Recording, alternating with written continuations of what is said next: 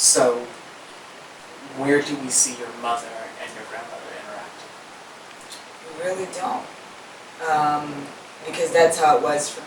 Mm-hmm. Either I was with my grandmother or I was with my mother. The households weren't the same, although we all live in Braddock. So the connecting point is you. Right. And basically your grandmother is either protecting you or you're her companion.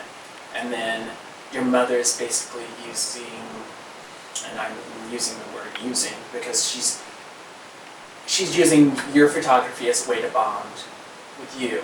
Yes or yeah, no? maybe I'm using it to bond with her, but that's our neutral space. Yeah. Prior to the camera, I mean, me and her would drink together, hang out, get in trouble, like best friends and sisters, and even like a mother and daughter. Then you can never really tell. Where and that our roles blend, always fluctuate, and that's the complexity of what I'm locating in these photographs. You're never really certain, you know, even who's older or even our age, and there's this certain masculine versus feminine type of sensibility between both of us. You know, at the end, she is my mother, but I think that there is a lot of complexity with that, especially because my grandmother is also the mother figure. And these images are that. They're that indeed. These reflections and moments of life that you think you can grasp, but you think you got it, and then when you come back to it the next day, it's something totally different. They're like these riddles and clues, and I always felt like that's how she was. Like this mysterious woman with this very strong gaze, but you weren't really sure, but you knew it was like she was a chief or a queen, really centered. Because what she did for the family, she pretty much, at some point in all her grandchildren's lives, took care of them. And my mother and I, to go back to me being a black female and why I'm making this work and putting it out in public, my mother and I went to Newark, New Jersey, and we gave a talk at this church where we screened our video, because we make videos as well, called A Mother to Hold, made in 2006.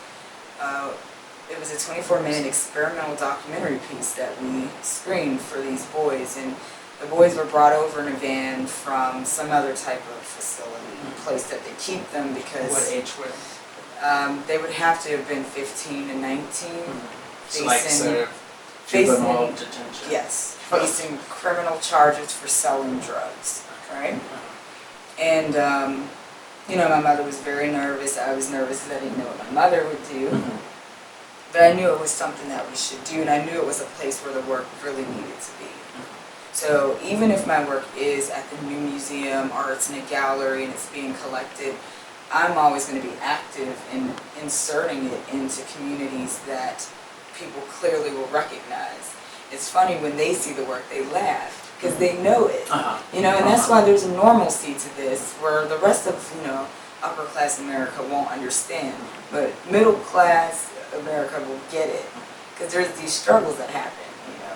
So they see these images, my mom smoking or us fighting or us drinking. It's funny because you know it. Yeah. You know, you understand. They're not laughing at us, they're laughing with us. So we gave this talk, and it was so amazing. And you know, some of these boys actually cried, or some of these boys wanted to know how I was able to do this. Some of these boys were encouraged to go work on their relationships with their mothers or fathers. What stands out to you about some of the questions that they directed at your mother and her answers? Oh, there were some like serious, tender moments there. Because I would imagine your mother is sort of standing in for their mother, things that maybe they couldn't get answered from their mothers, right? Or yeah, they were very supportive, which was surprising. When my mom came in, they got up and they clapped. Wow. And they were like, you know, if they don't love you in Pittsburgh, we love you here in Newark. We want you to know that, and we have so much respect for you. And it wasn't so much that they were asking questions about the addiction, because I think something happened right when they realized, like, okay, there is a mother that has substance abuse and her daughter. Together. And you are the guy that has always been dealing and selling it, destroying this relationship. And there was a moment when this girl who came, I mean, these kids came from the community when they found out it wasn't just the boys, other people came that had heard about me and my mother. And there was a girl there that she said that her mother had overdosed, and she was a young girl, and she never understood, and she never got to say bye. And my mom just kind of got up, and she hugged this girl, and she was crying in my mom's arms. Like, moments like that you realize your work could make happen is much more phenomenal than just having it in a gallery and having only a certain audience look at it. Like, the work should be in both places. And the fact that it can touch people in both places is remarkable. Thank you, Latoya, for participating in the Senator Chuck Allen III Scholarship Fund.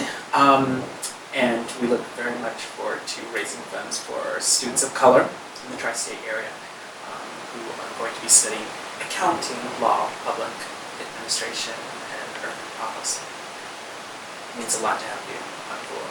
Well, it's certainly an honor to participate in something that's really important. So I'm more than happy to donate work. Thank you. Thank you.